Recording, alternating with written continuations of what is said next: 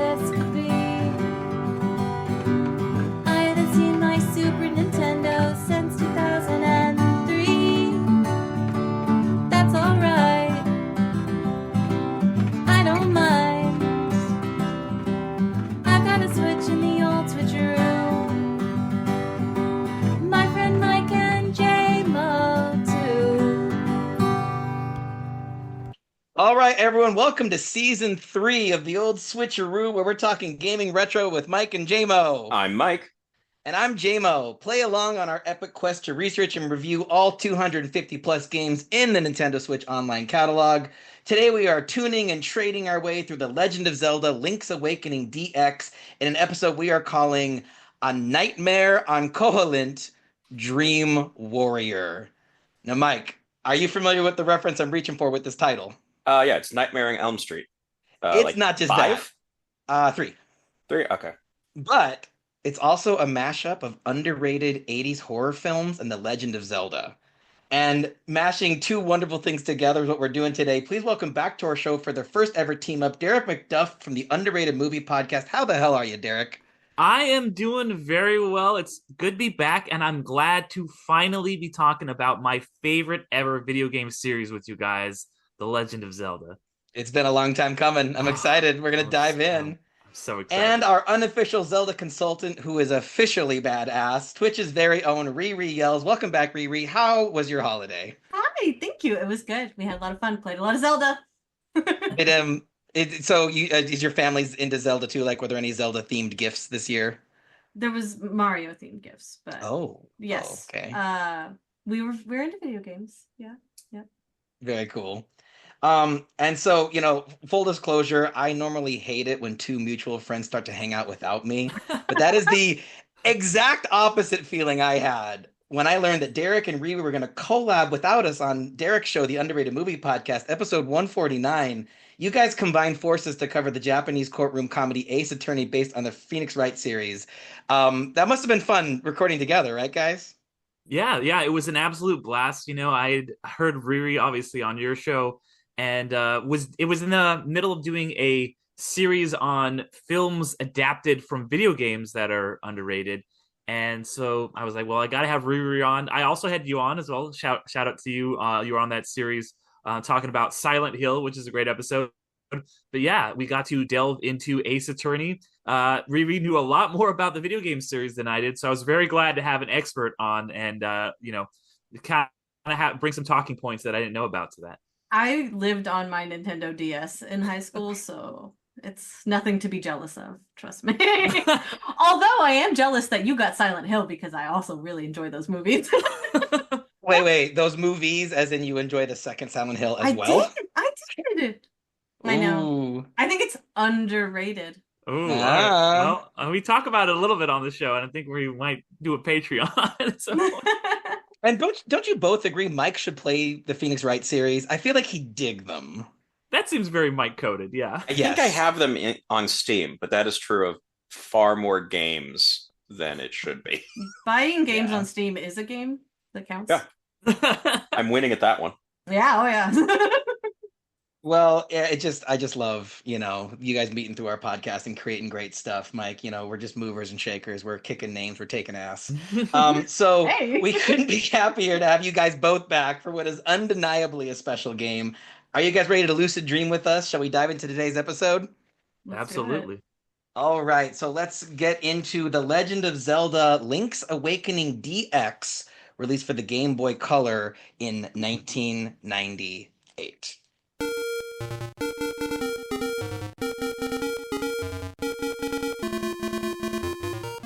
As described on Nintendo Switch Online, help Link unravel the mystery of Koholint Island. Am I saying that right? Koholint? Koholint. Koholint. Like a Koholin. Okay. Americanized. A high seas voyage takes a dangerous turn when Link's ship is destroyed by a furious storm and he washes ashore on the mysterious Koholint Island.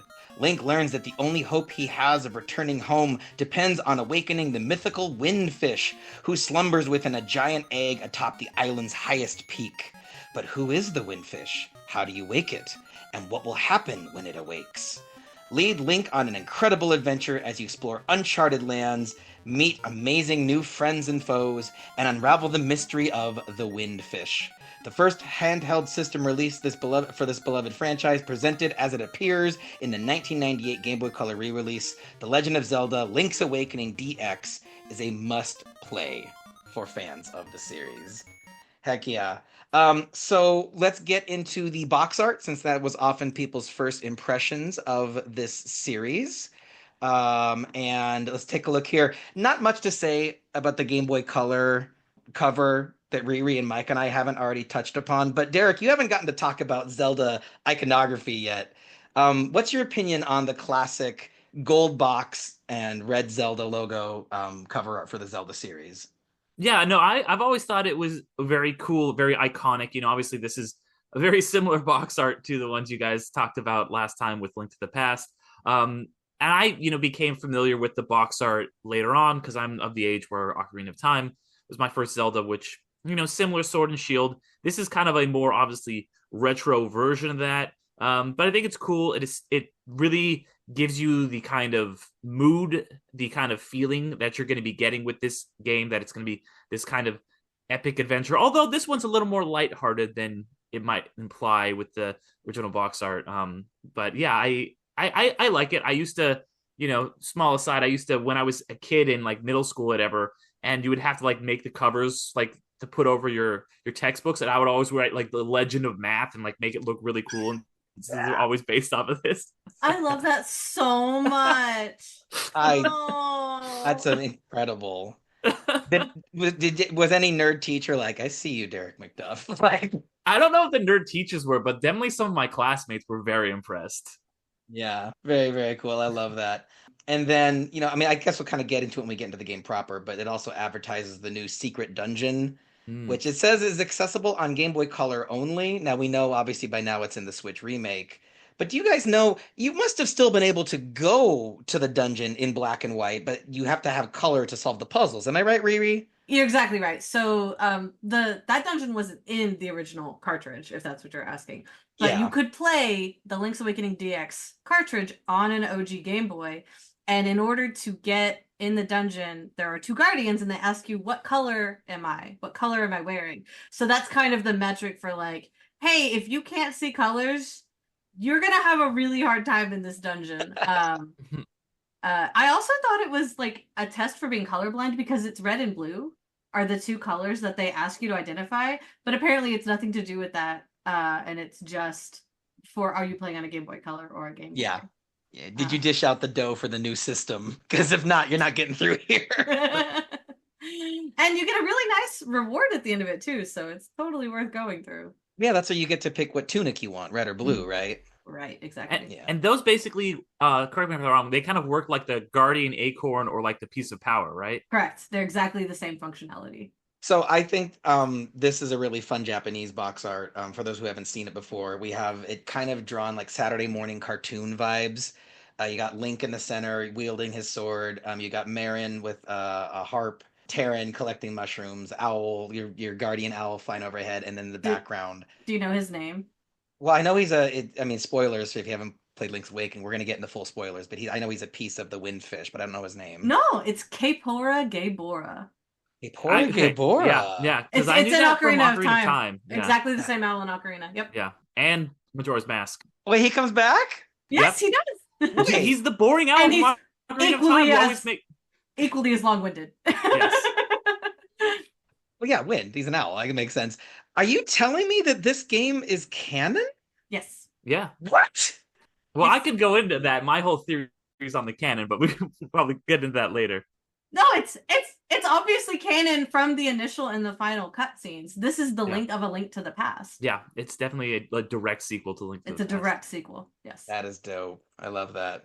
I will say that cover, that looks like that would be a much better animated show than the Legend of Zelda cartoon that I'm currently working through. Anything would be. Which my husband recently found is streaming on Prime right now. It is also on Tubi. I'm like 5 episodes in. Well, excuse me, Mike. He says that like 5 times in the first episode. I was not ready. But Derick, your movements weren't as jerky, as unsettling as they should have been. So, excuse me.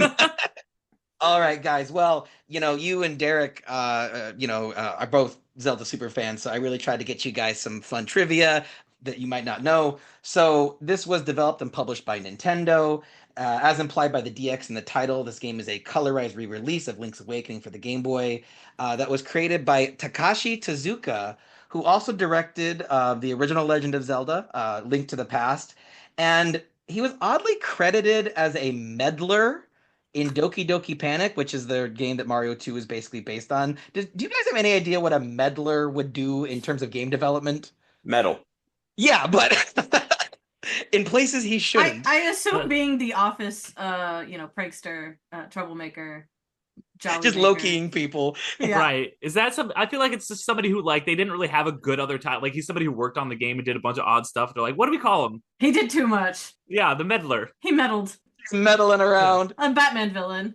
Leave us a comment if you know what that actually means, because I have a feeling it has something to do with Japanese game development, and there's some kind of role that I'm just not familiar with. Pull the masks off of ghosts and find out who's underneath. Exactly. Yeah. You meddling kids. So the Game Boy Color remake was directed by Yoshinori Tsuchiyama, who directed a number of BS pseudo sequels released for the Super Nintendo. And remember, BS is not an install; it stands for broadcast satellite. In Japan, these games were downloadable to the Super Nintendo using the Satellaview satellite radio adapter. Tsuchiyama directed Excite Bike, Bun Bun Mario Battle Stadium, which Mike might remember from our Excite Bike episode.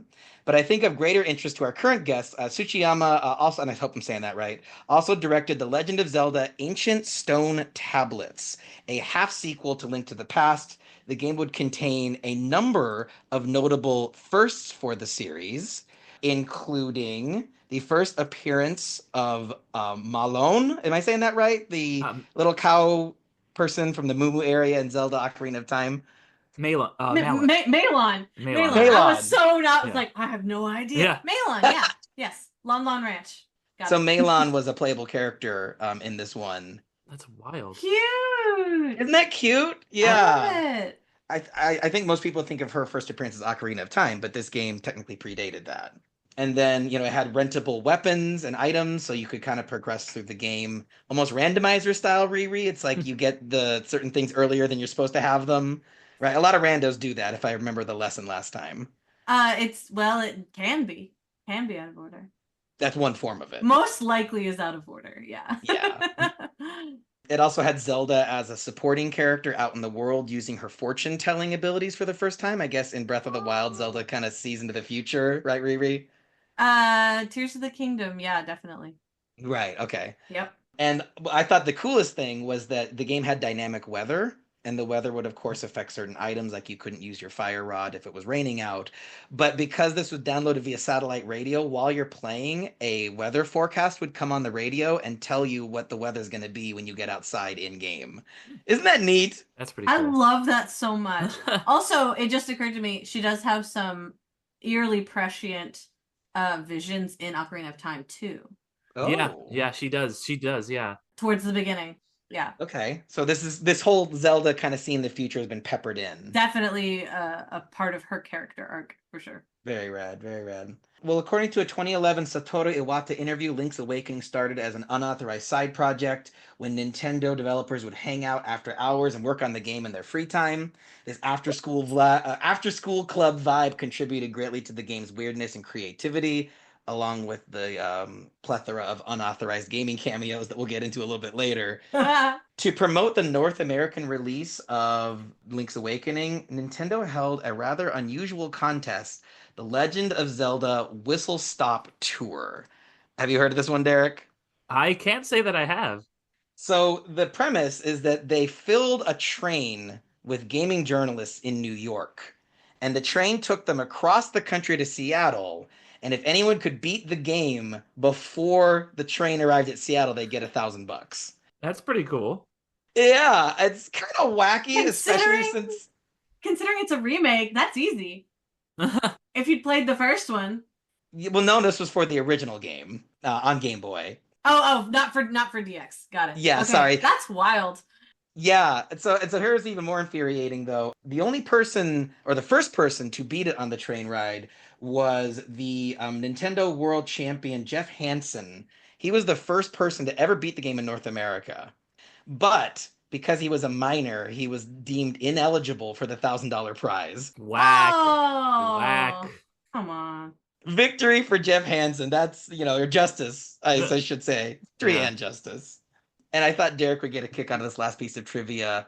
The supernatural murder mystery show Twin Peaks heavily inspired Link's Awakening. Derick, have you heard of this before? This I was very aware of, yes, because Twin Peaks is a show that has loomed large in my life. I watched it, for the first time about 10 years ago. I think it's incredibly iconic. And as soon as you hear that, you're like, that makes so much sense. It's like this little weird town where there's all these mysterious things happening, and there's all these different quirky characters, and they all kind of have secrets and interact in ways. And there's, and for me, I loved hearing that, because it's always really cool when you have a piece of media that you love and you find out it was inspired by another piece of media.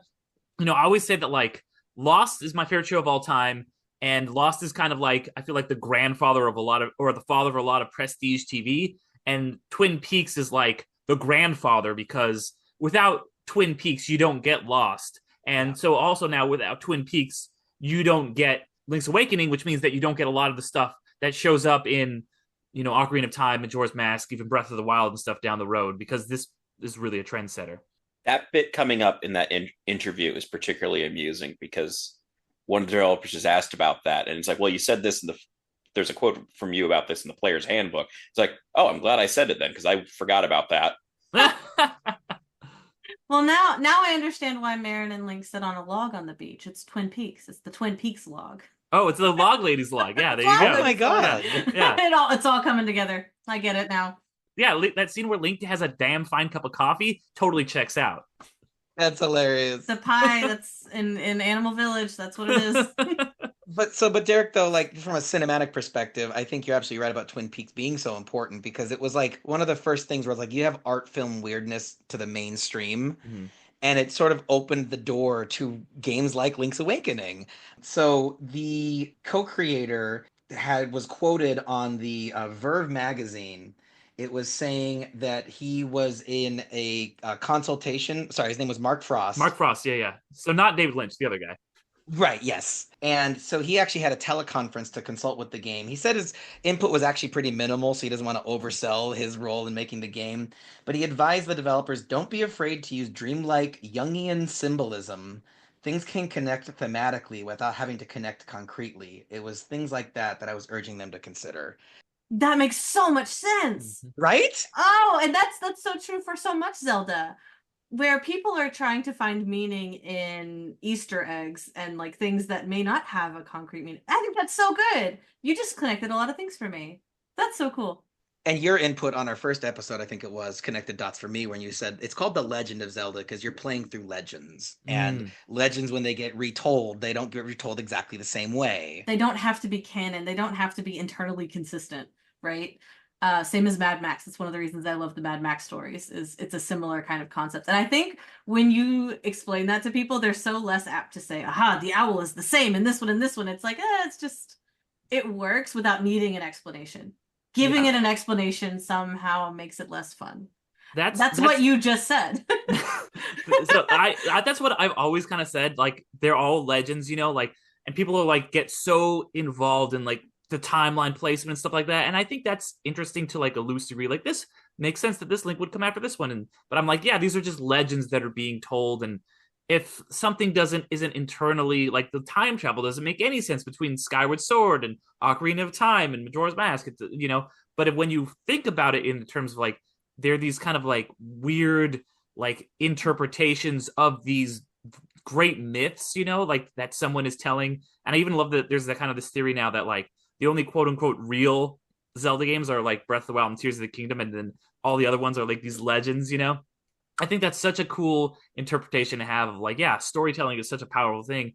And this is really the Zelda game, I think, where, they finally are able to tell this really interesting, in-depth story. No shade on those first three Zeldas.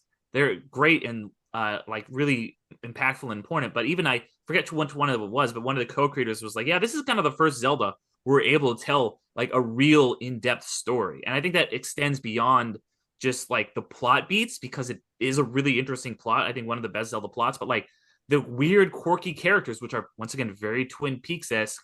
And you have somebody like Marin, who you've not really had a character that you feel so connected to, I think, in any Zelda game. And so I think this one is so important in a lot of ways. I think I would have to agree with you on that one. It is an interesting story because of its book ending and because of the way it's set. You do get to have this playground and you do get to have just crazy, weird stuff.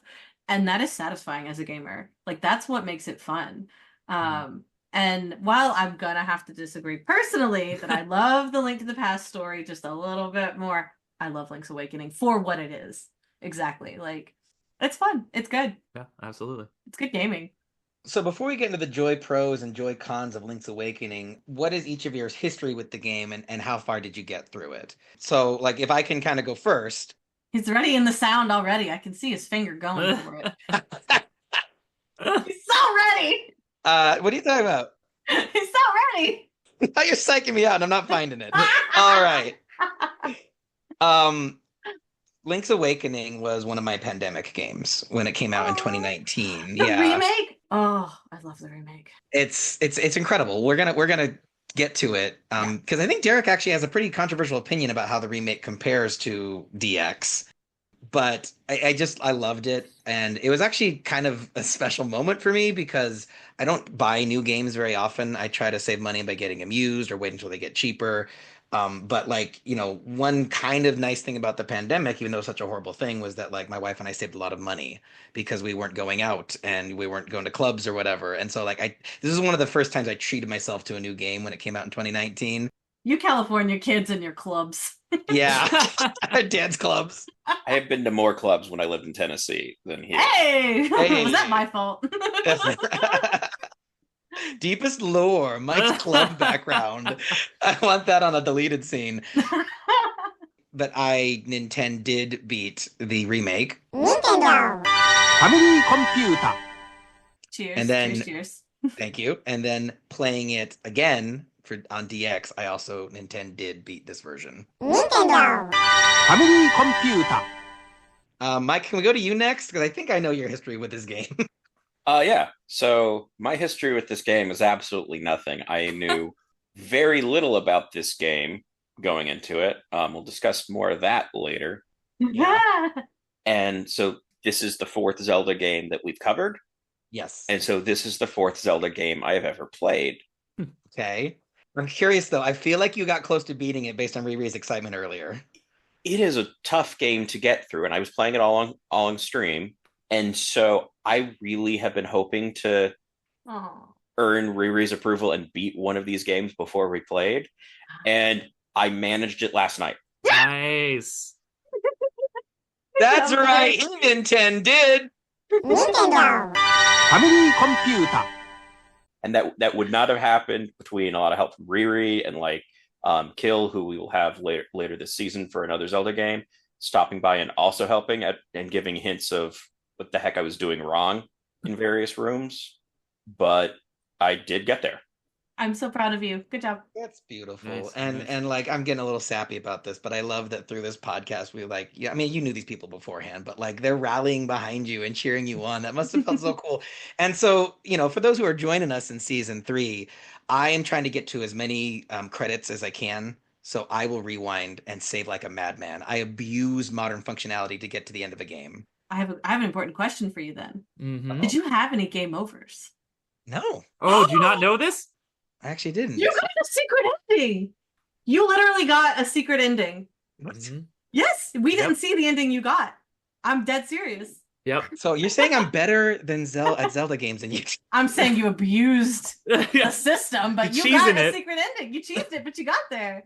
But Mike doesn't. He doesn't abuse save states. No, He'll often even he put did in it passwords. the old school way. I couldn't even use the old school way of What? being able to save the game and quit. You can. It's a pain in the ass. You gotta get your fingers in a weird configuration. Yeah. I tried, which meant anytime I wanted to end the game, I would have to go find something that would kill me and just keep running into it. That works too. Because to access the menu, you have to hit start, select A and B at the same time. I would hold my controller like this to do it. I tried. I just couldn't. That was the only way I could do it. I don't know what to tell you. Like, yes, I understand the frustration with that. I was trying to explain that to somebody in your chat, and they weren't getting it. I was like, I don't know how to tell you. But why? Since that was a doable thing in game, there was a trick to save, right? Yeah. Why didn't you just use the 2 trigger buttons and do a save state on the Switch? I forget that's a thing.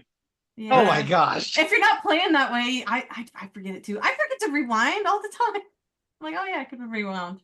And Riri, what was your history with this game? I loved the original on the Game Boy, and I loved the remake, and I have never played DX until this year, and Nintendo did beat it. Nintendo! Family computer! And because I got one for the remake, did you also beat the remake? Oh, I did, yes.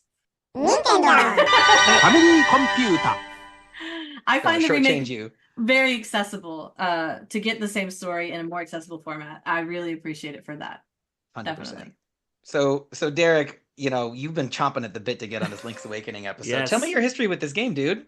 Yeah, so I first played this game. I never played the original one for the Game Boy. I was definitely too young for that, but I had, like I said, Ocarina of Time was my first Zelda, so that comes out obviously the same year as this remake. And I had gotten my Game Boy around the same time for Pokemon. It was a couple of years though before I had actually played it, because I had the Oracle games, which are you guys are going to get to, I know. They're also on Nintendo Switch Online. But they are, they're using, like, I don't know what the terminology would be, but like I guess the same. Like, they're built on the same engine and everything. Like they're very very similar, like looks wise, the way they play and stuff like that, with some different gimmicks and stuff. So I was familiar. I was like, oh, I know this. And my friend he's got this Zelda that I'd never heard of called Link's Awakening, because that was before the internet. Like, when he was around, but nobody, like, I didn't have it. And so he's like, I'll sell it to you for $4. And I was like, well, can you hold it for me for a day? I don't have any money. He's like, all right, but it's going to go up $1. It's like, okay. So I paid the $5 and I got and I was playing it, it would have been like, I would have been either 11 or 12 because I know it was middle school. And so I played it. I played through a lot of it. I don't think I ever got through it on my Game Boy Color when I was a kid. But then when I got my DS years later, I started playing it again. And I think it was one of the things where I always kind of like petered out. I feel like when it came to 2D / top-down Zeldas, I didn't power through them. I would kind of, a lot of times, because they were handheld, I would play them a little bit and not go back to them.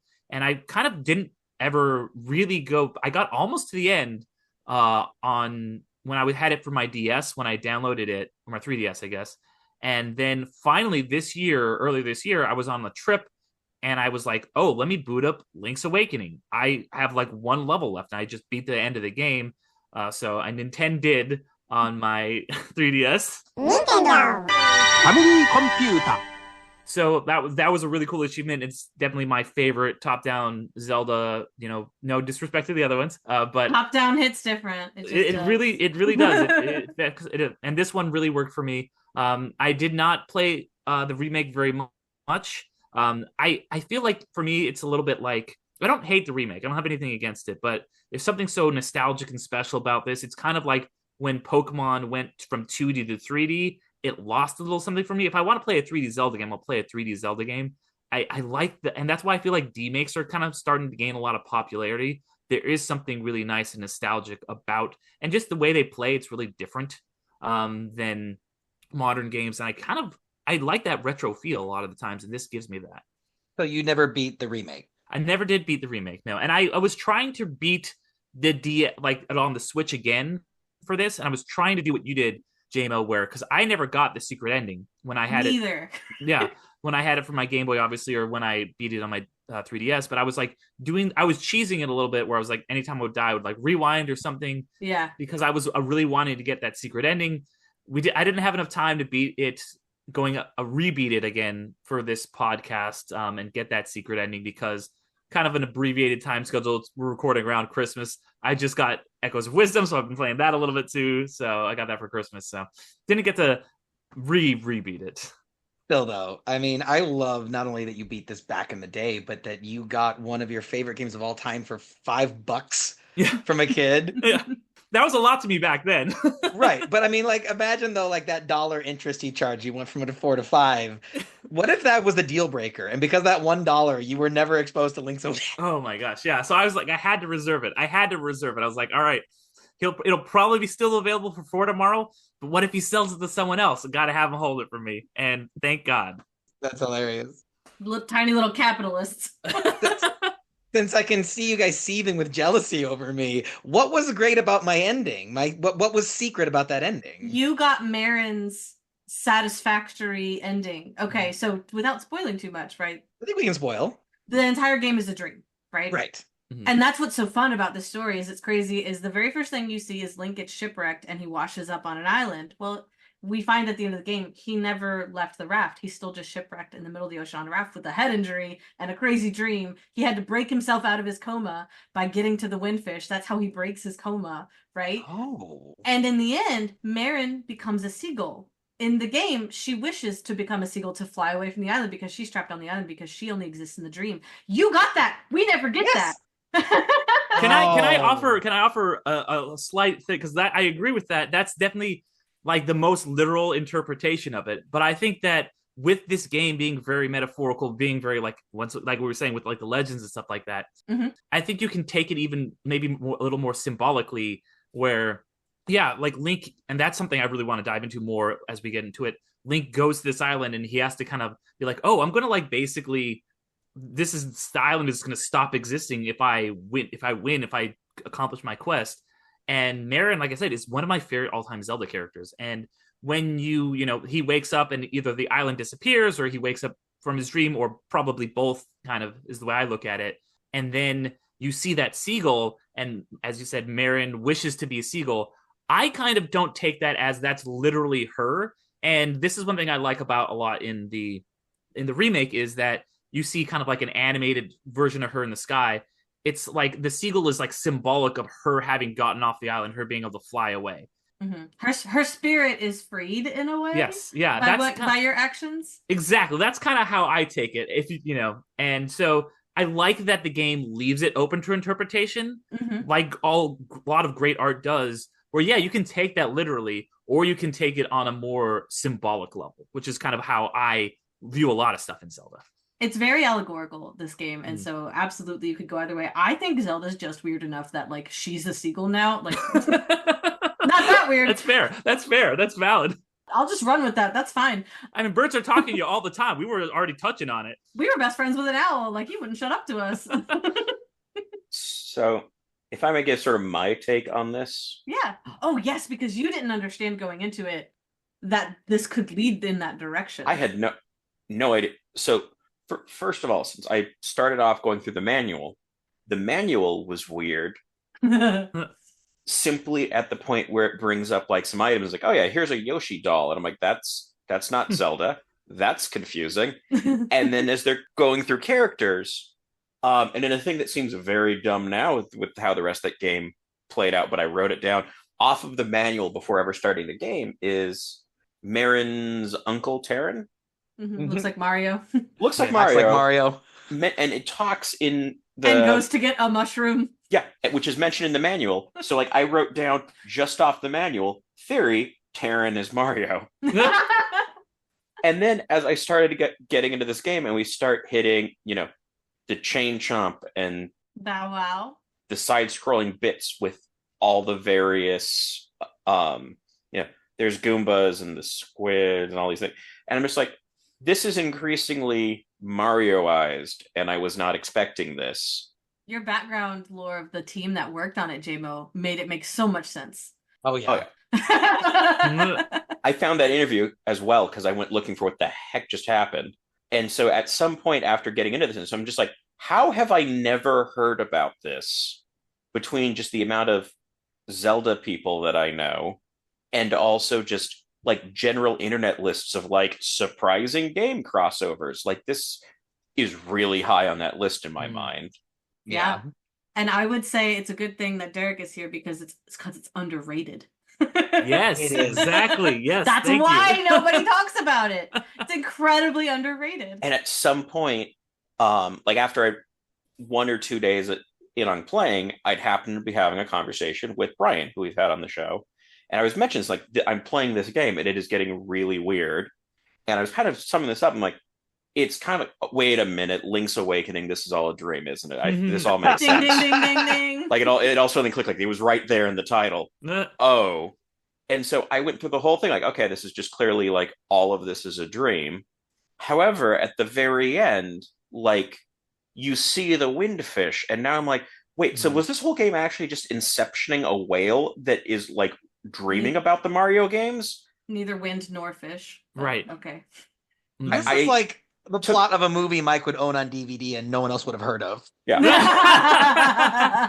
Also, it is very Inception because there's a point where you're already in the windfish's dream, right? There's a point where you go into that little house, you fall asleep, and then you go to another level. So there's a dream within the dream that you like play through. Yeah. Yep. This episode was almost called Linkception, and Yeah. but I wanted to go for the underrated aspect. Well, so I mean, I think we all, if I'm reading you guys right, we like these cameos. They're really charming. They're really fun. So let's dive into a quick mini game minute. We're gonna call this game CameO or CameNo. Here's how it's gonna work. I am gonna ask you a question about the cameos in Link's Awakening. I will give you a choice of A, B, or C, and my lovely panelists will text me what they think the answer is, A, B, or C. I knew it. Oh, all right. And that'll lock in your answers. And in the event of a tie, I have a tiebreaker. Are you guys ready? Yes. All right. So let's go ahead and pull up those phones as I read you the first question. Text me your answer. Which of the following Kirby characters does not make an appearance in Link's Awakening? A, the titular Kirby. B, Gordo the spiked urchin. Or C, Meta Knight the masked warrior. All right, 1 point for each of you. That's right. Meta Knight does not make an appearance. The correct answer was C. We, Mike and I saw that on his stream. We found Kirby, and he goes, "What the heck is that?" And I said, "It's literally Kirby." Yep. Well, actually, Riri, it's anti-Kirby. Thank you, Derek. Shouldn't that blow you away then?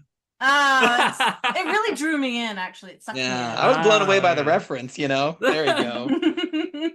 I do like that the Iwata asks interview. They're like, "Did you ask for permission?" I'm like, we probably did. Like, I think they would have been honored to be included at that point in time for Kirby. Like, my rationale as a kid was just like, "Oh, that's Nintendo. They can share." Yeah, right. Yeah. Literally, it's just like, "Oh, the lines used to be more blurred back then for who was what," and then they solidified, like, "No, that's not the case at all. They just stole it."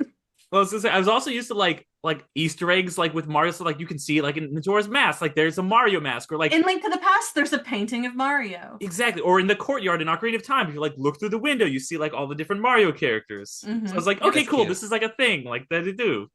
Yeah. All right, so let's go on to question number 2. Mr. Right is a cameo from what Super Nintendo strategy game? A, Fire Emblem, B, SimCity, or C, Mario Paint? And I use strategy kind of loosely because those are all different genres, but I couldn't think of a term for brainy game. All right, and so the correct answer was B, SimCity. So Derek pulls ahead by 1 point. Yeah, he lost his doctorate though. Can I tell you why I guessed what I guessed? Go do it. There's a secret Mario Paint jingle in DX. And so I thought, maybe it's another Mario Paint reference. Yeah, you can get maybe it's not Mario Paint. There's a Mario jingle that you can get in Link's Awakening. In Link's Awakening, but I totally knew that and included Mario Paint to throw you off. Wow. I was like, okay, maybe it's one Mario Paint. No, I had no idea. All right, so Derek is ahead. 2, Riri and Mike each have 1 point. Question number 3.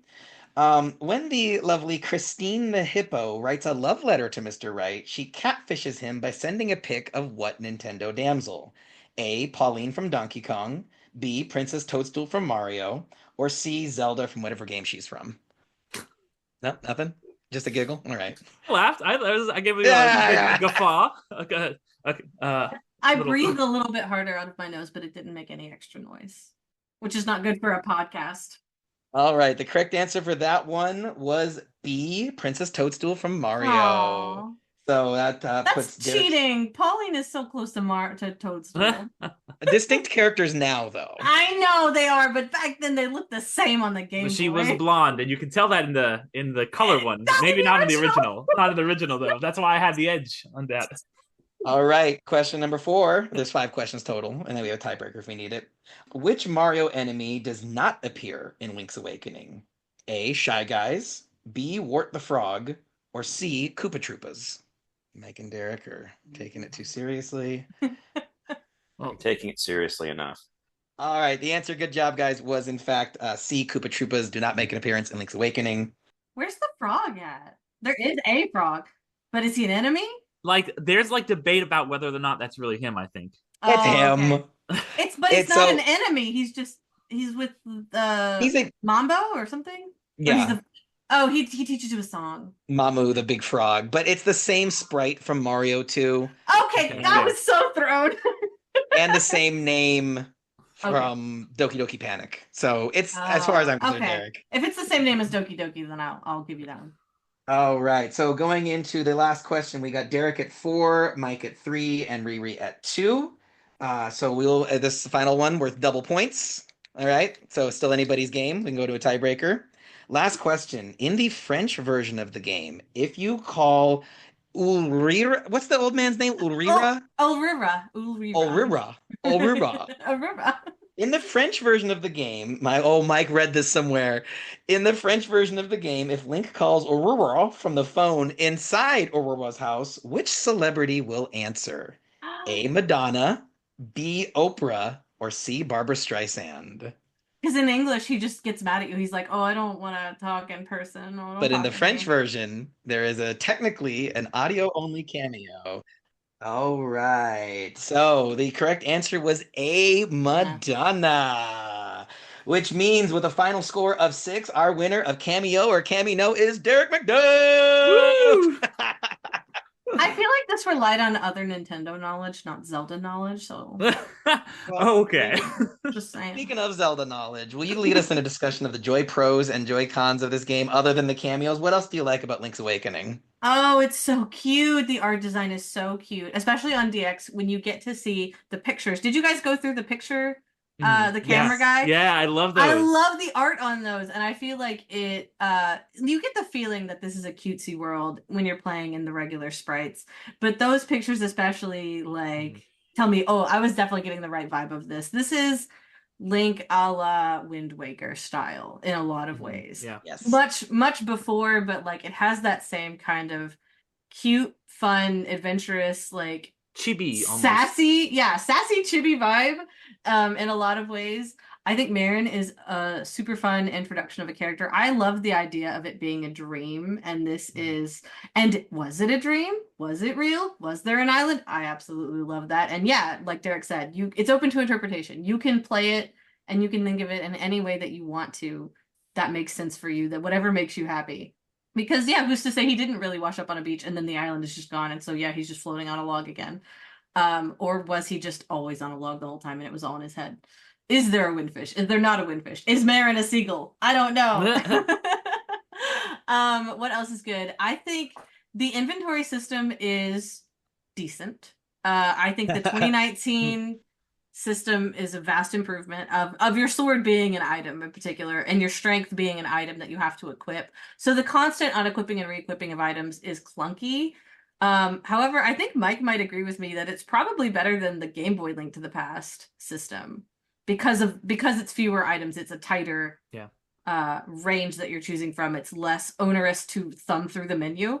I think you and I both had problems in the Game Boy version of Link to the Past where, why won't it just let me arrow over? I think the ocarina at some point on the last time, I just finally put the ocarina at the bottom just so that I stopped getting stuck in it. Yeah, because then you get stuck left and right between the first and the second song. Yeah, because it's got that whole secret menu. Secret menu. I think that was at least had the benefit that at some point you pointing out I was missing. I had songs 1 and 3 for a long time.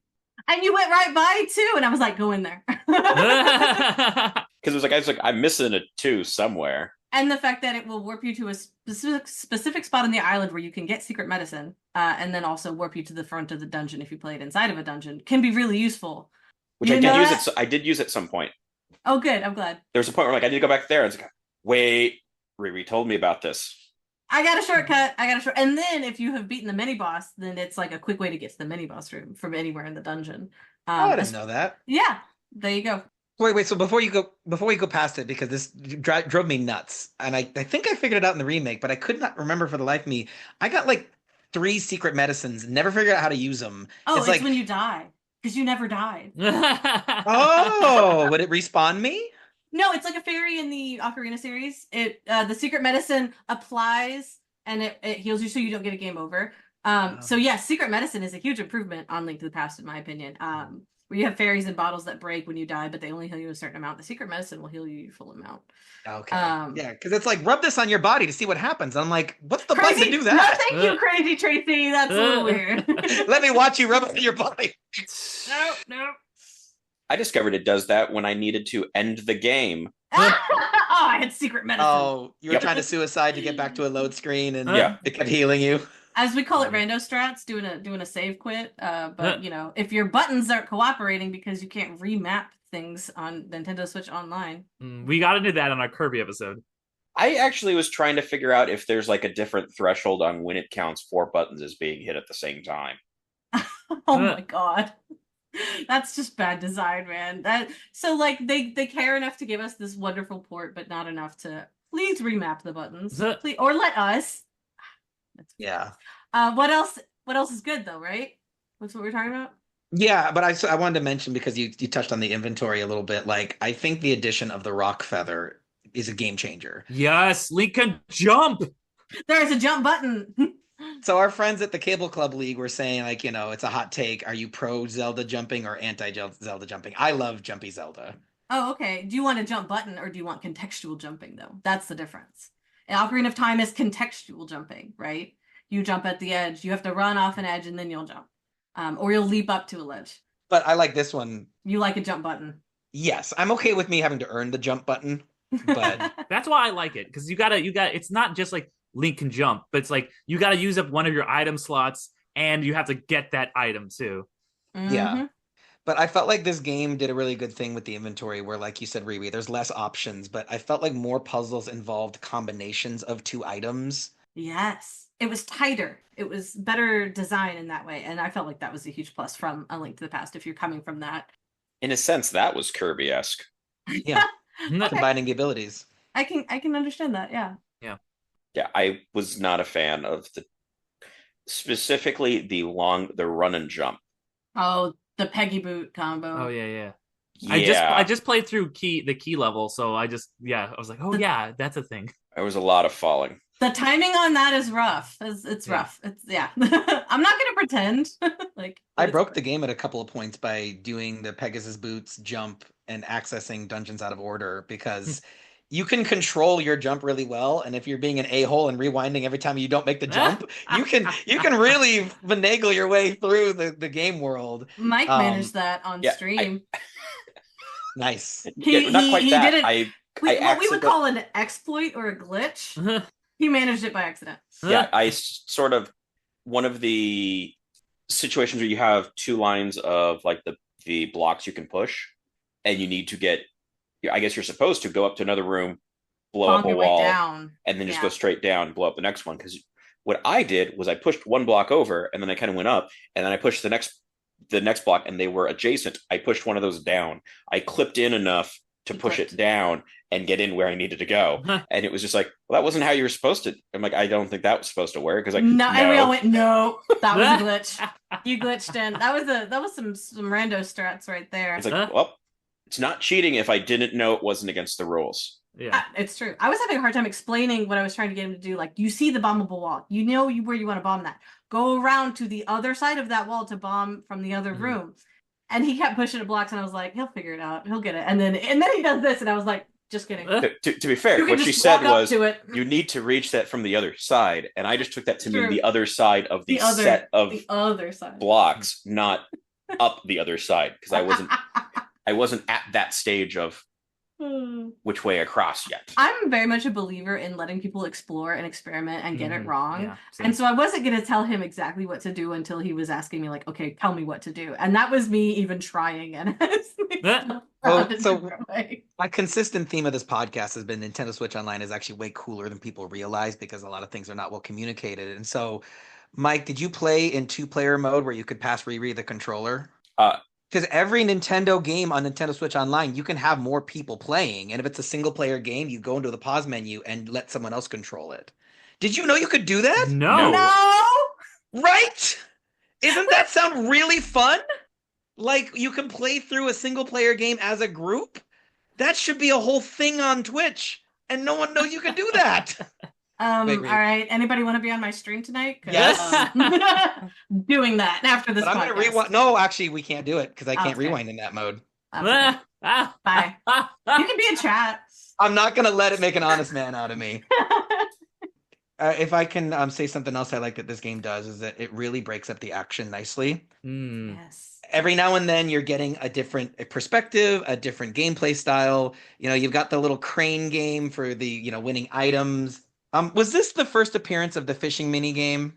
Yeah, God. I think so. Yeah. I think the Iwata Asks interview talks about that thing as well. That it started from this because one of the guys was just really into fishing. And judging from how this game was developed, this was a little bit rebellious. That makes sense. Yeah. Because they talk about this initially as this wasn't meant to be a game that would ever be seen by anybody. This was it was a test just to see like what they could do. And at some point they're like, can we just? This is looking good. Can we just make this a game? Didn't you guys find the dungeons to be so cleverly designed? Like the puzzles in them, aren't they? There's some puzzle mastery happening in the looping of dungeons and the way they take such a small area, so much smaller than like Zelda 1, for example, right, Jaymo? Oh yeah. And they make it so much more satisfying to solve. You feel like you've really accomplished something if you manage to get through it. Yeah, this was going to be one of my Joy-Cons, but I'll touch on it really quickly, is that they do feel so brilliantly laid out and really use, like you said, the limited capacity, that like top-down thing in a way that you wouldn't be able to do in a 3D Zelda game. And we were just talking about the key dungeon, and this might have been this part you were talking about, Mike, I don't know, but like how you go in one way and you see there's a room you need to get to, and you're like, okay, because you're walking along this upper platform, and you see, hey, there's a wall here that looks like it's bombable from one side, but you can't get to there at that point. And you have to like make a mental map and remember, oh, that's where this wall is. And there's like another character who like gives you a hint like at the same point where it's like, so it's not just like you don't just have one way of figuring it out. It gives you a couple things where it's like hit the wall with like your sword, and you can. And so, but there's all these like things that makes you think about the whole thing instead of just like, here's a room, figure out the puzzle in this room, cool, go to the next room. You have to really think about the entire dungeon as a puzzle, a macro puzzle, while there's all these micro puzzles in it. And then you also have combat at the same time. So that's challenging combat. Yes. And those are like, for me, the hallmarks of what makes Zelda Zelda. And it's really on display here. On the nose. Absolutely. The Eels one also, I think, was also the one that had that at some point where it did click to me, because it was like, how do I get up to a couple chests? And eventually I'm like, wait, I have to go up a level and then fall down and then fall back down at the right spots. Yeah. And it's not like you have to figure this out fully on your own. The stone beaks and the owl statues that give you those hints are such a clever way of the developers giving you a hand if it's just not obvious to you, and it's more of like, oh, I see how that could work now, rather than telling you exactly what to do. And I think that's just very good game design. And I feel like for myself, I could get through about 50 to 75% of a dungeon on my own before I would get stumped somehow. And one way or another, try to figure out my way around it with help from stream, go look online, go just like poke every wall until I heard the click and there it is, there's something like that in every single dungeon. I felt like I did feel like there was enough that felt like they otherwise would have been some sort of deal breaker thing for me. Like the one in the dungeon in the swamp. The second boss, or is it just the dungeon? Just the dungeon. I think I ended up with 2 separate rooms that I could not figure out what I needed. Oh, there's an extra key in that one. You can key lock yourself. I bet that's what happened to you. No. It's I Okay. didn't realize how to kill something because I thought I needed bombs and I had no idea how to get bombs. Oh, And then the other one was you have to kill 3 enemies in a room in a certain order. Oh, and the stone beak that was does tough. tell you. Yeah. But I don't know what those are though. Killing a Pole's voice has a trick to it, and we talked about it on our first Zelda episode. Yes. So you knew that one. Yeah. I knew that part, but it was like a kill it in this order. I'm like, I don't know what any of those are. And the manual doesn't mention them. But you can trial and error that one. I didn't realize that was what it was about because I didn't know what those meant. Oh. I had thought it had referred to a different room where I'd had to kill something else to get through. And I'm like, okay, I guess it must have been that one because I don't know what those are and they're not in the manual. That took me a while to figure out, and because I'm somebody who I never try to look up any Zelda stuff. Like I want to figure it out myself. Like it's a point of pride, and that one I was stumped on for a little while. Mm-hmm. I think it's totally okay to go look up a walkthrough on these. They're not exactly transparent. Yeah, I mean I don't judge anybody who does, but it's just for me that's that's a big thing for me. Yeah, and there's definitely stuff where it's like ledges and things that I forget exist. I forget ledges exist a lot. But then I had a couple things, actually, RiRiYells on stream, when I had tried something. Oh, yeah. And I guess it's when you have the rooster with you. The zombie chicken. And I had tried, it's like, okay, maybe this is a hookshot thing. And I guess I had hit that, and I didn't know I could hit it. You hit the chicken. And so I thought I had hit a wall, and I couldn't hookshot across a thing. You had solved the puzzle, but inadvertently, your chicken made you think you hadn't. Yeah, and I think I hit a few other spots where little things blocked me. I was having such a hard time watching you die over and over. And like I said, my philosophy is I'm gonna let him experiment, I'm gonna let him play. If he asks me directly, I'll help him. But I'm not just if you wanted a walkthrough, you'd have a walkthrough. You don't need me being your personal walkthrough. You know what I mean? And so I eventually was like, Mike, you already figured it out. I promise you did. Your chicken. Yeah, because it's and there's a few other times where it's just something hitboxes didn't line up right. And so I would try something, be like, okay, that doesn't work. Moving on. And it'd be like, no, that works. That just didn't work. It was an execution skill issue. One thing I did have to look up was how to get the instructions to access the dungeon for the special dungeon. Because I remembered because you have to get instructions from a book that is on top of a bookshelf. And I remember that from a previous game. So I'm like, I got to knock that book down and then read it. And so I knock it down and I go to read it. And it's just like, that's not a chest. And it's like, yeah, I know. And in Link to the Past, there's a book that you knock down in the library with the Pegasus boots. You rush into the wall. Exact same tactic in Link's Awakening is what you're talking about. Yeah, I recognize what to do. And it took me a long time to figure out that what was happening was I was in not quite the right place. And it thought I was trying to interact with the bookshelf still. Oh. And it's like, oh, so I have to move a pixel down and do this again. And then it's like, oh yeah, no, that's a book. Would you like to read the book? And it's like, that was what I've been trying to do this whole time. Sure was trying to do that.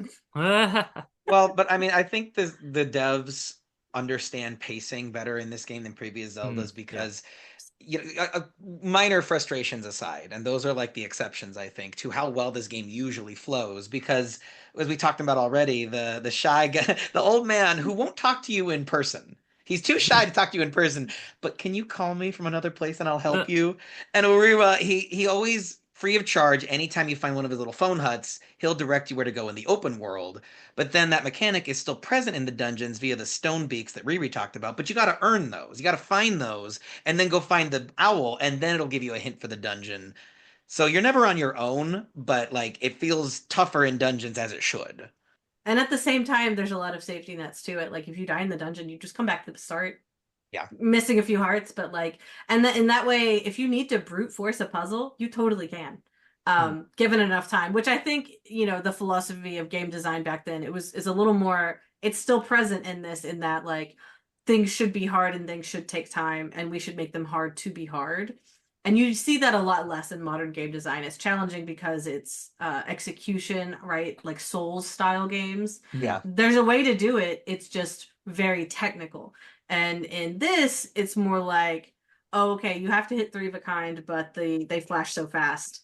that nobody's gonna get it on the first try. Yeah. And I found there were some elements of that thought to it, but significantly less than like Zelda 1, where it's long to be long. Yeah. And this was challenging to be fun.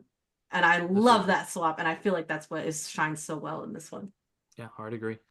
So I just wanted to touch really briefly on the bosses because I love the set of bosses in this game. This might be my favorite set of Zelda bosses.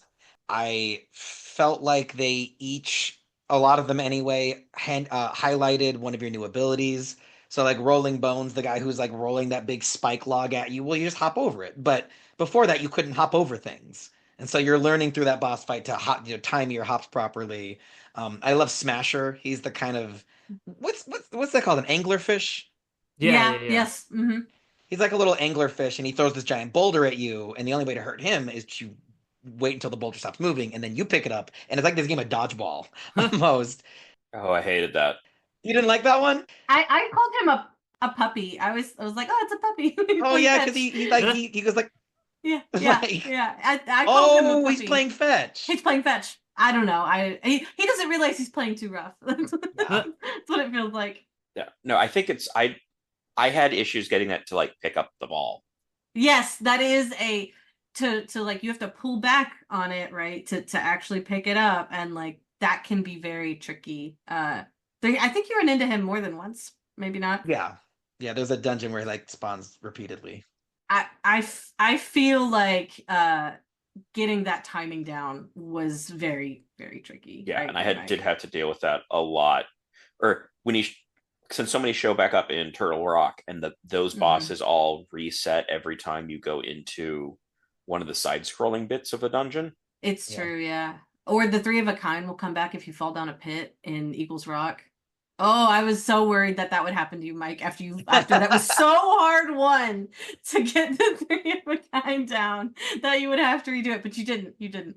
Proud of you. And then the other one that was so rude is the one that punches you back to the start of the dungeon. Yep. Oh, Blano. Never in my life. Yeah, disrespect. Never in my life. Well, Riri, you can just rewind. It's no big deal. I forgot. So, but I was trying to pin down why I think these are my favorite Zelda bosses, and I realized this is my first experience with Zelda bosses that talk. Right? Because do they do that in Link to the Past?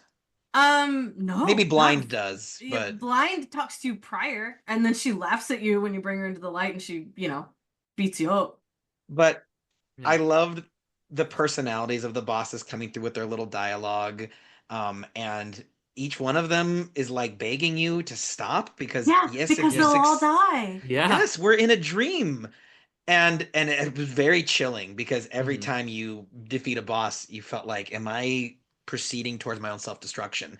Do the villains have a point? Right. Yeah. And you kind of understand, like, well, yeah, they're protecting themselves. They're dream creatures. They don't want you to wake up. It's self-preservation, yeah. Yeah. So I thought that was just really compelling. Really, you're the monster. Yeah. I mean, low-key. Did you love, though, the shadow bosses at the end when you're waking up the Windfish that harken back to Link to the Past? Mm-hmm. Yeah. That was so satisfying. Like, oh my god, this is literally the Aghanim fight. This is literally how the Ganon fight goes. I don't have silver arrows. What do I do? That roughly happened. I have no idea what I'm supposed to do here. And I know what I do in the other one. What do I do now? And just like, oh, okay, I just got to do a spin attack or something. And I'm not good at the spin attacks either. It was really hard to get that one because if he touched you, you would lose the charge. Or knowing to use the magic powder on the blob, or just, it is very much that Zelda mechanic of there's an easy way to beat the boss, you just got to know it. And one of the people in Mike's chat kept trying to encourage the use of the boomerang. Did everybody get the boomerang? Yeah. Yes. I did, yes. And I didn't realize it was a one-shot kill. It's a one-shot kill on a lot of things. Yeah. And it's an optional item. You don't have to have it. However, if you have the shovel, if you keep the shovel and not the boomerang, in classic Zelda tradition, Jaymo, I'm going to teach you something. Parrying Aghanim's light balls is significantly easier with the shovel than the sword. Cool. Has a much wider hitbox, just like the net, like we talked about in others. There's always an easy way. Yeah. And it's always an unexpected tool in the final boss fight. Yeah. I think discovering that like the boomerang would kill the fairies was that was a big game change. The shaboom things, right? The anti-fairies. Or maybe Right. they're called shaboons in this, but they are the blinking black and yellow things that I always call them anti-fairies. Whether they are or not. Also, the sort of the static things that go around. Sparks. Those are sparks. Yeah, that's the only way to kill them. The rod, maybe? I don't know if the rod kills them too. But yeah, there's a couple things like, oh, the boomerang works. Because I feel like there's a couple things I tried the boomerang on and it didn't work. It stuns them. If nothing else, if it doesn't damage them. I feel like whiz robes are a frustrating one but just throwing a pot is significant. If there's pots in the room. Right. Otherwise it's arrows. Or bombs. Or bombs. Oh, and Derick, I wondered if you want to talk about the cinematography of the game, because like we talked on it a little bit, but like this game has cutscenes, and that wasn't really a thing in Link to the Past, I don't think. Very few. Yeah. And then the use of music throughout, both as like a storytelling device, but also, you're literally collecting instruments to awaken the windfish. Did you like the kind of the sound of the game and the Marin song and all those little bits? Oh yeah, I thought that was incredible. Like I have this memory when I was a kid playing this, and you go up to Marin in the town and you talk to her, and she's like, "I'm gonna sing my song," and it's like, I don't want to walk away from this screen right now because I want to listen to her whole song. I want to I feel rude like she's singing, And yeah, sound design was really incredible, especially given the technical limitations of the time. It's one of those things where I feel like the limitations bred creativity. This is obviously before Ocarina of Time, but it's makes music such a big part of it. You have to get the whole thing about getting all of the instruments, and then there are the cutscenes. We were kind of clowning on the owl for being boring and stuff like that, but he kind of shows up and he's like, okay, now you're doing this and you're getting all this interesting lore and stuff like that. You can have these conversations with the people. They feel so much, even though they're dream people, they feel so real, which I think lends to the kind of existential stuff that is really very present in this game that I feel like once again kind of owes itself to its Twin Peaks influences of you are going on this quest and they're people, but they're dream people, but are they gonna does that mean that when they stop existing they're dying, but we have to do this to escape, and you also have to wake the windfish because that's what the windfish has to do, and the nightmares need to be defeated because they're evil and you don't want them to get out in the world. So I think incredibly cinematic. The storytelling in this game, especially given that fact that it was on just like a tiny little brick, originally a black and white one, eventually they added color, is so impressive. And so I was blown away. This is my second favorite Zelda of all time, which means it's one of my favorite games just ever, period. It's a game that like I've talked about, I've gone back to multiple times in my life and will continue to do so. And I think it's Marin in particular. You guys talked about her earlier, but I think you really get attached to her, and you worry for her, and there's some real romantic tension when she's yes. Isn't it fun that Link's romantic partner is traditionally non-Zelda? Yeah. And Marin is the first in a long line of those, I feel like, where that really is important to the narrative, even if it's not critical to the game itself. It's just, it's there to be good story. It was absolutely hilarious after you have the cutscene with her, and then you acquire her an item and you hold her up. Yes. And it says, "Is this your big chance?" So cute. Yeah. But yeah, the cinematography of flipping that perspective to you sitting on the beach behind them while they're sitting on the log, and then because you only have the top down up until that moment, and them rendering that is so special, isn't it? Yeah. I think that's what you're getting at. You don't get anything like that in the Link to the Past. You have a few cutscenes, particularly when Aghanim is winning, right? Right before you fight him. That's a bit of a cutscene. But this in Link to the Past hits different, right? In Link's Awakening, it is much more cinematic, and that's the first time you get to see the game from their eye level perspective, and not top down. And it's so brilliant because it's cutscenes that hit, and we have these emotional moments. I remember that. Yeah. But it's one image. You show us one image, and our brain turns it into a whole scene. And what a way to save on space, like Derick said on the little. So Derick, did you get your $4 worth? In other words, I think I got it a couple times over. I didn't really get to talk about. This is my first, like I said, first time to talk about Zelda on here, and so I think this game really encapsulates what I love so much about Zelda and it's a lot of stuff that I've kind of touched on: the great storytelling, the incredible puzzles, these characters that you feel connect to. And Link himself, Link is such a cool, dynamic, interesting character. He's like a blank slate in a lot of ways, but he's also just like this paradigm of like courage. And this is one of those times, this is like really the only time in the series where I feel like that is kind of like questioned, like, is what he's doing right? Like we talked about. I think it's also really like interesting. Like I think Link is an interesting character for non-binary representation before that was even actually a thing, which I think is incredible. And, I said this is my second favorite Zelda. This is something that's the case with also my first favorite Zelda, which we may get to at some point on another podcast. But possibly controversial opinion, I think that the best Zelda games are the ones without the title character and without Zelda and without Hyrule and the Triforce. I really think, because the times that has happened when it's been like, hey, we had this huge game, this incredible Zelda game, Link to the Past, Ocarina of Time. How are we going to do a sequel? Let's have Link go off on this different adventure, and none of the hallmarks, the touchstones that we're used to are here. So it really has to get creative and interesting. And not that I dislike Zelda Ganon and Hyrule. That stuff is iconic and great for a reason. But when they're doing something different, they're setting it in Termina or Koholint or whatever, I am so like, wow, this is new. This is different than anything I've experienced. What is Link going to do now? Which is why I really hope when they make a sequel to Tears of the Kingdom, that they set it somewhere else. That it's not just like, okay, here's the big map of Hyrule that we're used to. It's Link going off on the side of it. He's saved Hyrule, and now there's another threat. It's not just Ganon's back again.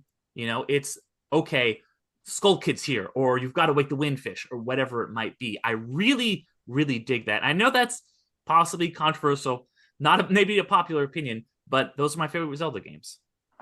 Yeah, I mean, and it makes me a little bit sad because, like, I feel like the Disneyfication of all entertainment and everything is owned by one company. Like, you feel like this game couldn't be made today. Yeah. Just having all these weird random cameos. I mean, I guess you have Smash Brothers, but I think that Iwata interview, they're basically like, yeah, we would not let you do this now. Because I think one of the guys who worked on this is further up in the chain. It's like, yeah, no, I would not I would not allow this now. I would not greenlight this project today. Because everything has to be a brand, and you can't have Kirby be the enemy. You don't have a player kill Kirby, and it's like anti-Kirby, look out! And it serves the weirdness so well. So I think that was really well said, Derick. So can I criticize the game a little bit? I know it's your baby. Yes, I have one Joy-Con, but go ahead. So my Joy-Con is the game. I'm not gonna count the controls because I know that this had 2 buttons. On the brick, they got a lot out of the 2 action buttons and then the menu and map button. I think the game actually performs really admirably, especially considering its limitations. But the constant repeated text boxes of every time you got an acorn, this will raise your defense. And the Pegasus boot, the item that you destroy with your Pegasus boots, if you touch 1 pixel, you gotta go scroll through that. And then also the music when you get the acorn and the piece of the Triforce, although I guess it's not the Triforce, but it's totally a piece of the Triforce. And it's like, it's like sometimes that ruined the mood of the dungeon. And I was like, do I want to get hit just so I can hear this cool dungeon music again? Because I really got tired of those constant themes. And it's partly my fault. I was rewinding to keep powered up. So, but I don't know though. Did you get the powered up sword with the secret seashells? So that was another thing too. I got a lot of seashells, but like I got to like I think 2/3 of the bar, and I was just like, you only get something if you get 20 out of 25, and some are time limited. You can only get them if you have during a certain point in the story. Otherwise, you're locked out of them. And that's this game's version of the Master Sword. Yeah, I thought for sure you would go for that if anybody, because you loved the ranged Master Sword power that you get. And to me, getting all the seashells is totally I tried. I missed some. Yeah. But I think that also, to this game's credit, I didn't miss that long range attack. What Ruri's referring to is that the powered up sword you get through the seashells has an energy projection like the past Zelda games. Mm-hmm. But I just thought Zelda's slash in this game is really satisfying. It has a good arc to it. It's perfectly fast enough. The spin attack, is perfectly. I just think in terms of combat, this game controls surprisingly well. What's your one Joy-Con, Derick? You only get one. Yes, and that's all I have, because honestly, this is a near perfect game for me. My one joke on, and I know you said like we're not going to be too hard on because like given the limitations of the buttons at the time. I mean, you can be. I just the way that you saved, and like I know obviously this is something that threw Mike off. The fact that you had to push all of buttons at the same time is very annoying. I was like, I get it. There's not a lot of options for you to like push things, but there's got to be a better way than pushing all the things at the same time. And that's something that's like not even the gameplay or like the story or anything like that. It was just I wanted a better way to save, and that was it. And I agree. That's a Joy-Con. That's a telephones. Yeah. Oh yeah, you could have easily. That's a Nintendo choice. This is their port. Yeah, they could easily incorporate something like that, but they phoned it in. You know. Yeah, no, they didn't. That's the problem. Hey, all right. Any other Joy-Cons before we kind of wrap this up? I think for me, the biggest one was navigation around the map. Felt like a real step down. Really? And that's because in Link to the Past, like there was numerical markings of where you needed to be on things. And it was a dynamic map in Link to the Past where you could zoom in on regions that you wanted to look closer at. Yeah, and I'm fine with not being able to zoom in well, but like where things are on the map, like when I knew there was a thing I was after, the map was very frequently not helpful. Where it'd be things, so it's like, I know I saw this kind of a thing. Where the heck was it? And the map really didn't give much on that. So like I got stuck on one of the Straw Millionaire trading steps. I got stuck on many of those steps, but one of the ones that needed chat help was when you have the stick and it was like, there was a weird tree. Where was that weird tree? And I had no idea. And the map is not helpful on that. Yeah. Like having something that was either just which squares had something to still do, not saying what, but just, these 6 things have stuff that you can have something to at least tell me where to look, or having like this is the location of the next dungeon, figure out how to get there. But a lot of those, like just that wasn't present in some way. And they could have done something that's sort of close to how like, the map would show you like these are shops and stuff like that. And some of what the owl had said at various locations, but a little bit more of like, this is where you're heading next on the map, even if I don't necessarily know how to get there or what I'm doing there, would have made this a lot easier to move on. Because that was often where I was stuck, was I know vaguely where I need to be, but I'm not sure where that is in relation to me. And the phone hints weren't specific enough to get around that. No, because the phone hints were really good for what kind of puzzle you needed to deal with. They usually weren't good for what you needed to do when you got there. And I think they usually didn't touch on the Straw Millionaire trading chain at all. And at some points, you just kind of need that to move along. You have to get the magnifying glass at a certain point, yeah. But you need to read the book to find your way through the final dungeon. Correct. Because you're never going to brute force that. No. Not in a million years. Well, there actually only are 3 set paths it could possibly be. So if you knew, okay, all right. The Zelda expert says 4. But for those who aren't familiar with the term, Mike keeps saying Straw Millionaire. In this game, there's this whole trading sequence of you get special items that are only good to pass on to somebody else, and they give you an item to see another NPC, and it's this concept. It's like 12, an old folk, 12 different ones. Yeah. And there's a lot, but I always thought that was kind of fun. That's a staple of Zelda, and this is the first time it's introduced. Yeah, it's the same concept as it was like the red paperclip. Some guy that started with a red paperclip to find something that he could trade it to for something better, and he eventually got to a house. That's cool. Except there was no timed trading sequences in this one, unlike Ocarina. Right. The eyeball won't go bad. Yeah. I agree with all of your cons. I really do. I completely understand that, and I understand the frustration. That does not stop me playing it, but I would forgive somebody if they said this was too much. I can't deal with the mechanics, and I'd be like, yeah, that's fair. Go play the remake. I love that stuff. So like for me, like it didn't. That's why I love Zelda. Is honestly just like loving to puzzle stuff out like that. But I know that it's unusual, and it's like it's a different thing, but. And not like my brother, who's just recently gotten really into video games, he would not enjoy it at all. But it's a soft spot for me.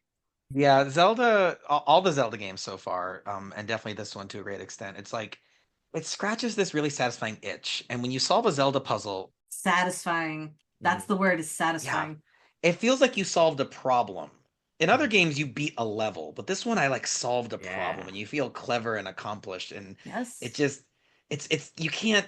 That's just good game design. Like that's just that comes from everything coming together, and even on such limited hardware. What a cool game. Mm-hmm. Oh, the platforming. I was not a fan of the platforming. The 2D. The 2D.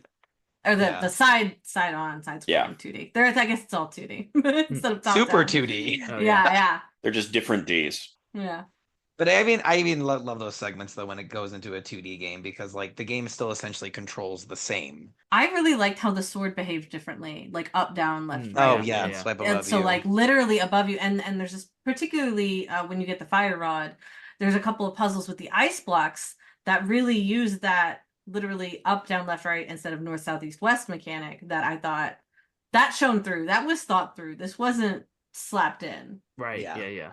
I love that ice puzzle. You feel Me like too. such a big brain. I felt like I accomplished something. I achieved something. I'm smart and cool. You are all those things. Oh, thank you. So let's do a quick discussion. I know Mike hasn't played the remake, but I'd like to do a quick NintenDON'T because I believe that Derick and Riri and I have all played the remake, even if we haven't beaten it. Which version would you recommend for people if they want to play Link's Awakening? Would you recommend that they jump into the remake or the DX on Nintendo Switch Online?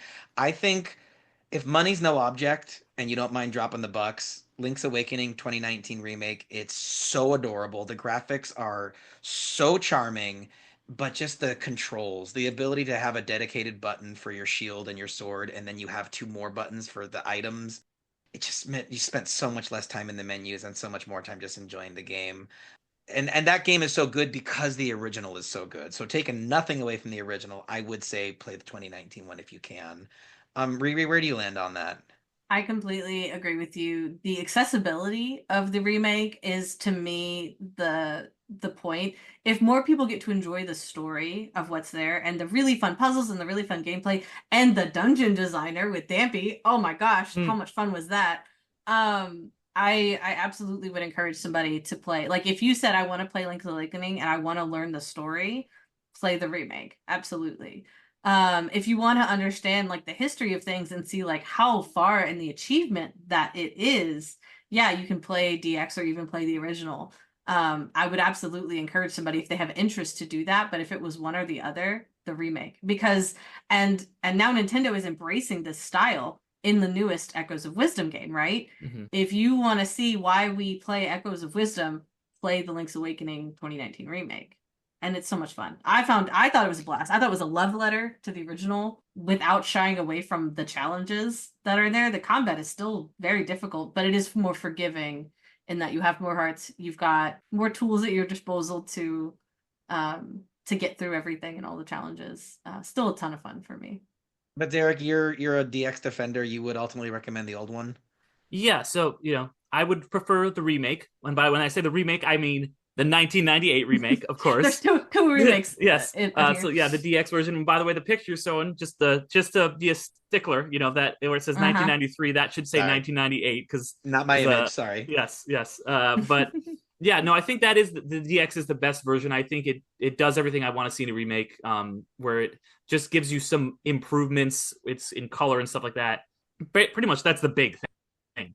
And then I don't dislike the 2019 version, but for me, there's just a little bit of charm that's lost. I feel about the same way, to liken it to Pokemon one more time, about Diamond and Pearl and Brilliant Diamond and Shining Pearl, like when they kind of translate it to a modern look with the big heads and stuff like that. I don't love that as much, and it is a little tougher. It is a little more difficult, and I kind of like that.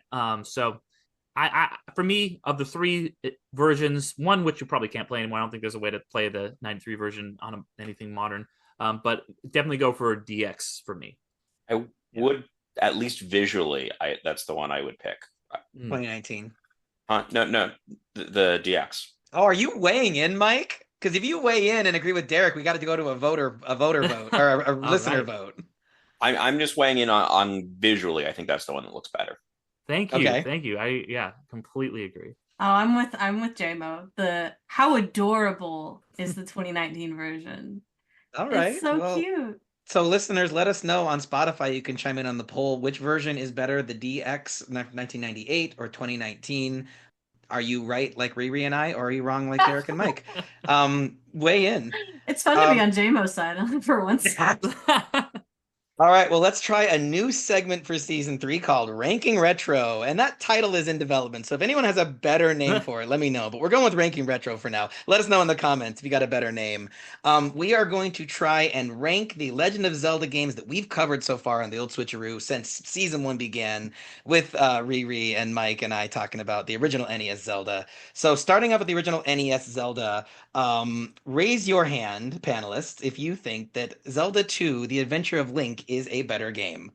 Guys, I said raise your hand if you think Zelda 2 is a better... Anyone? A better game Okay. than what? Like Than the original Zelda. No, it's the only bad Zelda game. Sorry. It's not. No, Derick. Derick, I love you. I love you, Derick. I really would do. die on Right. that hill. He's right. All right. So then that brings us to the games we covered last season, which is The Legend of Zelda: A Link to the Past. Raise your hand if you think it's better than Zelda 2. Even yes, Riri. I see your freaking face. I see your... Okay, raise your hand if you think it's better than the original Zelda on NES. All right, so that puts Link to the Past at the top. Brings us to the Four Swords spin-off. Derick, did you ever play this one? Yeah, I did. I had the original Game Boy Advanced one, and I would Did actually. you get to play with people? I did. I had a link cable, my so God. it was only 2 of us, but we would play Okay. it. And we. I think I beat it back in the day. Oh, so it's not that long. I did. imagine you Yeah. did. Yeah. All right, so raise your hand if you think Four Swords is better than Zelda 2. Keep them up. That's everybody. Raise your hand if you think it's better than the original Zelda. Oh, me and Riri. Okay, raise your hand if you think it is better than Link to the Past. Okay, so that puts it between... Wait, wasn't that your controversial opinion at the end of that episode? That you liked Four Swords better? I mean, I'm starting to have a little purchase regret. You were just being goofy. I don't know. I mean, it was a good time, wasn't it? It was It's really fun. good time. You don't understand, Riri. When I had that hot take, it was razor thin. I think they're both okay. Super Nintendos. Okay. It's a fun bonus mode. Yeah, all right. No, that's fair. So raise your hand if you think for our last game, the one we did today, raise your hand, panelists, if you think it's better than Zelda 2. That's all 3 of us. Zelda NES, Four Swords. Okay, that's still fine. Anyway, raise your hand if you think that the Link's Awakening is better than Link to the Past. Yes! Wow. Yes! Upset victory. Me and Derick combined forces. I'm sorry, Riri. Riri. I know we just had a bond, but It's okay. That's okay. I had to put a wedge between you two. I didn't like the comment it was building. We were getting a little too chummy. All right. So, according to the Old Switcheroo ranking retro, Link's Awakening, our new best Zelda game, followed by Link to the Past, Four Swords, the original Zelda, and my boy Zelda 2. I will always be a defender of you. You and you alone. There had to be someone. Okay, so then that brings us all to the moment of truth. We've covered the Joy Pros, the Joy Cons, and every bit in between. It's time to declare today's game, Legend of Zelda: Link's Awakening DX, a Nintendo or a NintenDO'Nt. Let's start with Riri, if you don't mind. I have to say it's a Nintendo 64. I love Link's Awakening. It is brilliant. Please go play it. Either the remake or the original or the DX. All good. Hard to go wrong. All right, Derick, we'll toss it to you next. Nintendo, Super Nintendo, or Nintendo 64? This is the Nintendo 64 for me. I want this to be a Nintendo GameCube or a Nintendo Wii. Like this is immaculate. Keep knocking game. It forward. Yes, like one of my all-time greats. Easily a favorite. It's so fabulous. And so, Mike, you beat it. Would you recommend anyone play it? What's your ranking? I think it probably would be a Nintendo. I don't think it is as user-friendly or as good as A Link to the Past, but it did get beaten. So, it's a Super Nintendo for me. It's so good. It's so good. It's so charming, so fun, so mysterious. Ugh, it's hard to say enough good things about it. All right, we're going to call that game over for today. The final score is Link's Awakening DX, a Nintendo, a resounding. Unanimous, Nintendo. Unanimous. No naysayers. Love it. Riri, Derek, I could not fathom a better way to kick off season 3 of the old Switcheroo. Before you go, can you let the people know where they can find your wonderful content? Riri, can we start with you? Yes, you can find me on Twitch. I go under the username RiRiYells, all one word. RiRiYells. You can also find me on TikTok, and if TikTok is not around when this airs, then Blue Sky under the same username. And Derek, where can people go to find our future episode on Fred Claus? That's right, our episode on Fred Claus. Okay, Riri? You will, next year's Christmas one, for sure. But yes, as you mentioned, I host a podcast called the Underrated Movie Podcast, where every other Monday I discuss a film that is underrated, underappreciated, or one that has flown under the radar and passed most people by. All of the lovely people on this episode have been on that podcast at least once. So, if you're fans of anybody on here, go check that episode or that show out. Go to underratedmoviepodcast.com. It's Underrated Movie Podcast on all of the socials. You can also just listen on whatever app you're using to listen to this episode. Just look up Underrated Movie Podcast. It's on all the apps. You can listen to it anywhere. And I just realized if we've all been on that show, does that mean the old Switcheroo is just part of the underrated podcast universe? There we go. Yeah, it checks out. It's in the same cinematic universe. Well, that all sounds excellent. So everyone, join us next time when we're going to be rolling and raging through the original Mario Party for the Nintendo 64. It'll probably be fun, but with Mario Party, you never know. I hope you're still friends afterwards, genuinely. Yes, and still married, because I think Jackie's going to join us on that one. And your controllers still work. And your hands aren't burned. Oh, so many teasers. So many teasers for Mario Party. Also, everyone, don't forget to visit www.theoldswitcheroo.com. There you can find links to our Spotify, our Discord, our YouTube, probably our TikTok if it's still up and running, and all the social medias you can shake a joystick at. You can even leave an old-timey voicemail, meaning we would literally love to hear from you. Big thanks to Crystal Fields for our incredible intro song, and thank you, dear listener, for liking, commenting, subscribing, reviewing, and playing along with us every step of the way. This has been The Old Switcheroo, where we've been talking gaming retro with Mike and Jaymo. I've been Mike. And I've been Jaymo. Game on, everyone.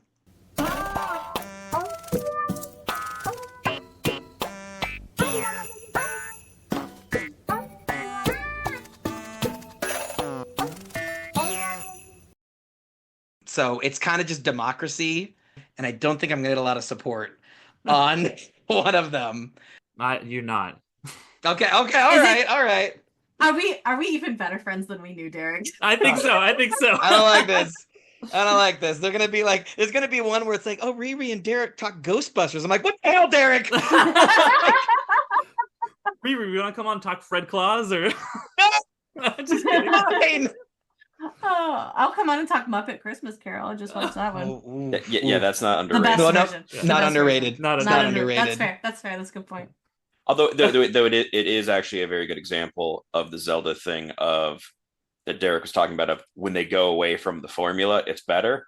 Yes. When Muppets go away from the formula of, they're trying to put on a show to save stuff. It's better. Yeah, definitely.